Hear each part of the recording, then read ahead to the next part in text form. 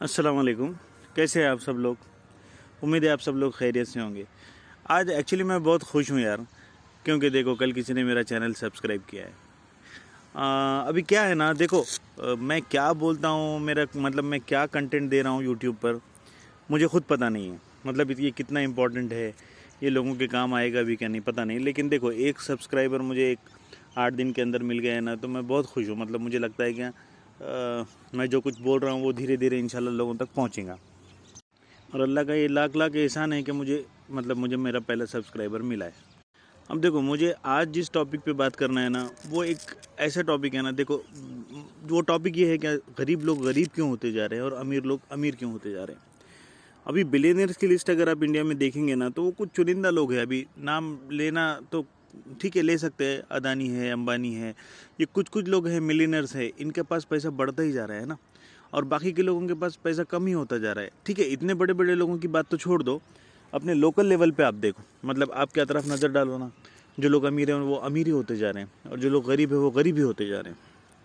अभी मैं बार बार बोलता हूँ मैं डॉक्टर हूँ, तो मेरे बोलने का मतलब ये नहीं है कि मैं बहुत बड़ा आदमी हूँ। ठीक है, मैं सिर्फ ये बताता हूँ ना कि मेरे सर्कमस्टांसेस जो मैं देखता हूँ आसपास।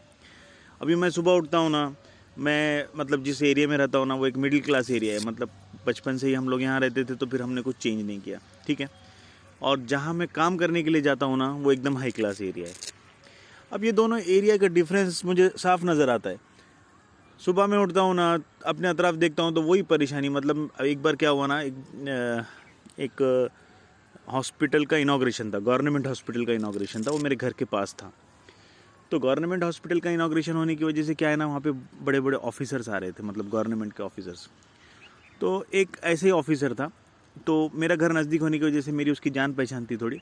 तो मैंने उसको बोला चलो सर घर पे जाएंगे अपने, मेरे घर पे चलो आप, अपन कुछ वहाँ पे स्नैक्स वगैरह लेंगे, चाय पीएंगे। तो बोला ठीक है। जब वो मेरे घर पे आया ना, मेरा घर तो अल्लाह के फजल से अच्छा है, लेकिन मेरे घर के अतराफ़ का जो माहौल है ना, वो ऐसा है, अभी सब नालियाँ बह रही है, मच्छर है, ये है वो है।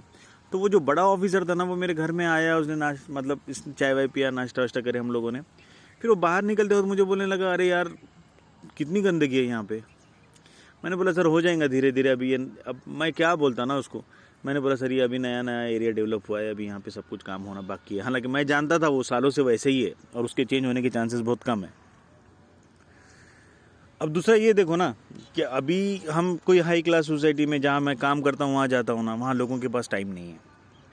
अगर आपको किसी को फ़ोन करना है, उन लोगों में से जो मेरे दोस्त भी है वहाँ पे मेरे साथ काम भी करते हैं ना, अगर मुझे उनको फ़ोन करना है या उनको मुझे भी फ़ोन करना है, तो वो लोग मुझे पहले मैसेज करते हैं, या मैं उनको पहले मैसेज करता हूँ कि भाई are you free, can I call you up, ऐसा कुछ। फिर वो बोलेंगे हाँ, या वो खुद डायरेक्ट कॉल बैक कर देंगे, हाँ क्या बात है क्या नहीं। उनके पास टाइम नहीं है, वो टाइम का यूटिलाइजेशन कर रहे हैं, उसमें पैसे कमा रहे हैं, या जो कुछ भी कर रहे हैं वो अपनी लाइफ में बिजी है। अब वही हमारे महलों में देख लो तुम इधर, अभी जो चीज़ नहीं कटती ना वो टाइम है।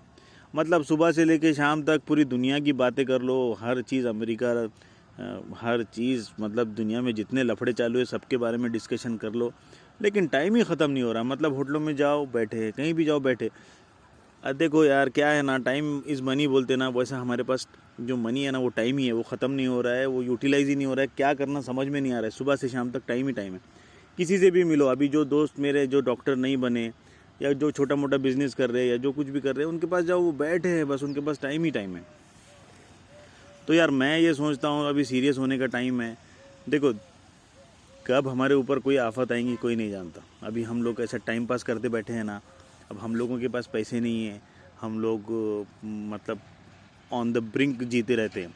मतलब तो जितने पैसे कमाते हैं उतने खर्चा करते रहते हैं, जितने पैसे कमाते हैं उतने पैसे खर्चा करते रहते हैं। अचानक से कोई आफत आ गई ना, तो फिर बहुत परेशानी हो जाती है। अब हम लोग हॉस्पिटल में रहते हैं ना, मैं देखता हूँ कि भाई पेशेंट जब आते हैं उनके पास पैसे नहीं रहते हैं। ठीक है, एक आध अचानक से कोई बीमार हो गया ना, उसके पास पैसे नहीं है, वो समझ में आता है। लेकिन अब एक औरत है, वो प्रेग्नेंट है, 9 महीने से प्रेग्नेंट है, अब उसकी डिलीवरी का टाइम है। अब ये 9 महीने सिर्फ टाइम पास करने की वजह से लास्ट मोमेंट पे इधर उधर भागने का सिस्टम चालू हो जाता।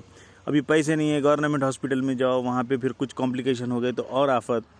प्राइवेट हॉस्पिटल में जाने के बाद पैसे लगते हैं, वो पैसे नहीं रहते हैं हम लोगों के पास।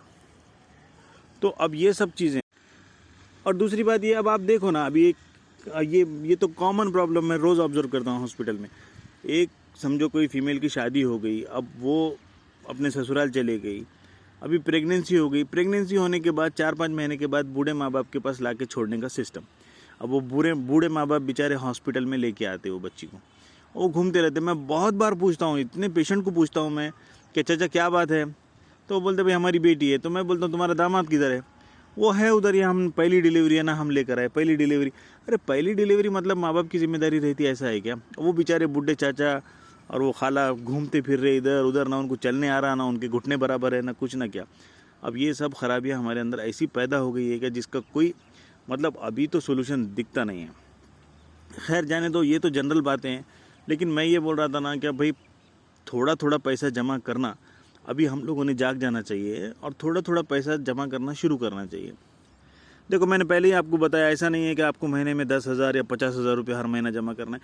आपका जो भी इनकम है ना यार, उसमें से एक स्मॉल अमाउंट आप लोग है ना जमा करना शुरू करो। देखो बहुत इंपॉर्टेंट है, उसको है ना क्या बोलते हैं मालूम है क्या? कंपाउंडिंग इफेक्ट बोलते हैं। कंपाउंडिंग इफेक्ट क्या रहता? अगर समझो तुमने एक स्मॉल अमाउंट हर महीने जमा करना शुरू करे तो वो धीरे धीरे बड़ा होता जाता है। अभी एक मिनट, हाँ मैं आपको बताता हूँ क्या है। तो हाँ अभी क्या है ना, अगर समझो आपने ये महीने 100 रुपये जमा करे, मैं आपको है ना इंटरेस्ट का एग्जांपल देता हूँ। इंटरेस्ट हराम है, लेकिन मैं जस्ट एग्जांपल समझने के लिए, कंपाउंडिंग इफेक्ट का मतलब क्या होता है वो समझने के लिए मैं आपको एग्जांपल दे रहा हूँ। 100 रुपये समझो आपने ये महीने में जमा किए, अगर आपने उसको बैंक में रखे, 100 रुपये अगर आपने ये साल में जमा किया और बैंक में रखे समझो, तो अगले साल है ना उसका 10% इंटरेस्ट पकड़ो एवरेज, तो 110 रुपये हो जाते वो। तो 110 रुपये और ये 100 रुपये मिला के, सॉरी 100 रुपये और 10 रुपये इंटरेस्ट, 110 रुपये हो जाते। फिर उसके नेक्स्ट ईयर है ना आपको 110 रुपये पे इंटरेस्ट मिलता, वो 11 रुपये इंटरेस्ट होता और 121 रुपये हो जाते। फिर उसके नेक्स्ट ईयर है ना आपको 121 रुपये पे 10% यानी 12 रुपये मिलता और 133 रुपये हो जाते। उसके बाद नेक्स्ट ईयर 146 हो जाते, उसके नेक्स्ट ईयर 160 हो जाते, उसके नेक्स्ट ईयर 176 हो जाते और उसके नेक्स्ट ईयर 194 हो जाते। मतलब 7 साल में आपके पैसे अप्रॉक्सीमेटली डबल हो जाते। और फिर हर साल जो आपका पैसा बढ़ते रहता है ना, वो बढ़े हुए पैसे पे भी आपको इंटरेस्ट मिलते रहता है। अभी ये मैंने एग्जांपल सिर्फ आपको समझने के लिए दिया है। इंटरेस्ट तो हराम है, ख़तन हराम है, वो जाना ही नहीं है वो रास्ते में। लेकिन एक बात बता रहा हूँ, उसी तरीके से अगर आप ये पैसा इंटरेस्ट में नहीं लगाए, किसी बैंक में नहीं लगाए और किसी बैंक में नहीं रखे, इंटरेस्ट पे नहीं लगाए, और अगर आपने समझो ये पैसे के कुछ शेयर्स खरीदे धीरे धीरे, जैसा कि मैं धीरे धीरे बार बार बोलता हूँ ना, वो इसके लिए बोलता हूँ कि ये लॉन्ग टर्म चाहिए हमको इसका फ़ायदा। ऐसा नहीं कि आज रखे और कल बेच दिए। 100, 200, 500 रुपये के अगर आपने शेयर धीरे धीरे जमा करना शुरू किए ना, तो उसका कंपाउंडिंग इफेक्ट रहता है, वो सालों साल में बहुत ज़्यादा पैसा बढ़ जाता है। तो और दूसरी बात, और एक बात है ना, गरीब लोग गरीब इसलिए भी होते जाते ना, उनके पीछे लफड़े बहुत लगे वाले रहते हैं। अभी देखो मेरा एक दोस्त है, वो बेचारा बड़ी मेहनत से पैसे कमाता, धीरे धीरे करके पैसे जमा करता। एक दिन उसकी बहन की शादी थी, अब हम लोग साथ में ही रहते थे, वो डॉक्टर तो नहीं है लेकिन मेरा दोस्त है। फिर हम लोगों ने उसकी बहन की शादी के लिए ना एक शादी खाना बुक किया समझो। वो शादी खाने के उसने एडवांस पैसे दिया कुछ, और फिर शादी होने से 1-8 दिन पहले वो मेरे पास आया, बोला कि भाई अपने को वो बुकिंग कैंसिल करने का है। तो मैंने बोला क्यों रे भाई, क्या बात है? तो बोले नहीं यार, वो जो लड़की के घर वाले हैं ना, वो बोल रहे कि वो शादी खाना हम लोगों को छोटा पड़ता है, ऐसा वैसा। मैं बोला वो शादी खाना तो बड़ा है ना रे भाई। नहीं बोले वो उनको पसंद नहीं है, उन्होंने मना कर दिया, बोले अभी हमको ये XYZ शादी खाने में शादी करने का है। तो मैं बोला फिर वो एडवांस दिए वाले पैसे हैं? तो बोले वो तो नहीं मिलने वाले, वो तो गए बोले। तो फिर मैं बोला ठीक है भाई, अब देखेंगे। फिर दूसरे शादी खाना बुक किए, वो शादी वगैरह हुई, अब फिर वो उसकी शादी होगी उसकी बहन की, फिर वही मसले, फिर डिलीवरी के लिए इधर आई, फिर वो हॉस्पिटल्स में, ये मतलब अब ये गरीब भाई ये गरीब से गरीब तर होते जा रहा है समझो। इससे पैसे उधार ले, उससे पैसे उधार ले, ये सब ऐसी जिम्मेदारी हमारी पीछे लगी है। और ये कुछ मतलब हम लोगों का कुछ प्लानिंग रहता नहीं है, ये सब चीज़ें मिलके हर चीज़ को इतना कॉम्प्लिकेट कर देती है ना। अभी आप बहुत से लोग ये मसलों से रिलेट कर पा रहे होंगे देखो।